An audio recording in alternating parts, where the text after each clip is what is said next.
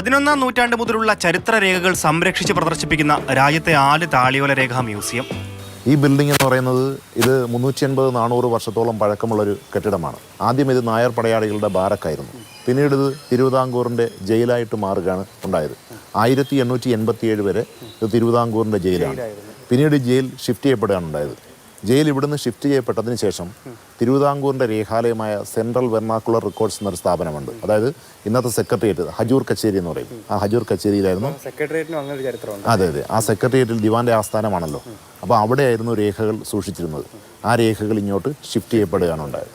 വേണാട് കാലഘട്ടം മുതലുള്ള ഭരണരേഖകൾ, തിരുവിതാംകൂർ, കൊച്ചി, മലബാർ എന്നിവിടങ്ങളിലെ രാഷ്ട്രീയ സാമൂഹിക വിവരങ്ങൾ, പുരാരേഖാ വകുപ്പിന്റെ കൈവശമുള്ള 1 കോടിയിലധികം വരുന്ന താളിയോലകളുടെ അപൂർവ ശേഖരമാണിവിടം. അന്നും സ്ത്രീ ശാക്തീകരണത്തിന് വേണ്ടി ചില നടപടികൾ ഭരണാധികാരികൾ എടുത്തിരുന്നു എന്നതിൻ്റെ രേഖപ്പെടുത്തലാണ്. അതായത് ആയില്യം തിരുനാളിൻ്റെ കാലഘട്ടത്തിലാണ് സ്ത്രീകൾക്ക് സ്വയം തൊഴിൽ കണ്ടെത്തുന്നതിന് വേണ്ടി വേലക്കടകൾ തുടങ്ങാൻ 300 രൂപ അനുവദിച്ചത് സംബന്ധിച്ചുള്ള രേഖയാണ്.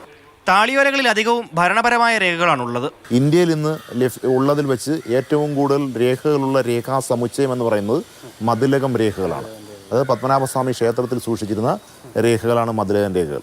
ഈ പത്മനാഭസ്വാമി ക്ഷേത്രത്തിൻ്റെ അഡ്മിനിസ്ട്രേഷനെ, എസ്റ്റാബ്ലിഷ്മെൻറ്റിനെ മതിലകം എന്നാണ് വിളിച്ചിരുന്നത്. അതുകൊണ്ടാകാം ആ രേഖകൾക്ക് മതിലകം രേഖകളെന്ന് പേര് വന്നത്. ഓരോ നൂറ്റാണ്ടിലും ഉപയോഗിച്ച പദങ്ങൾ, ഭാഷയിലും ലിപിയിലും ഉണ്ടായ മാറ്റങ്ങൾ എന്നിവ അടുത്തറിയാനും മ്യൂസിയം ഇടമൊരുക്കുന്നുണ്ട്. മാതൃഭൂമി ന്യൂസ്, തിരുവനന്തപുരം.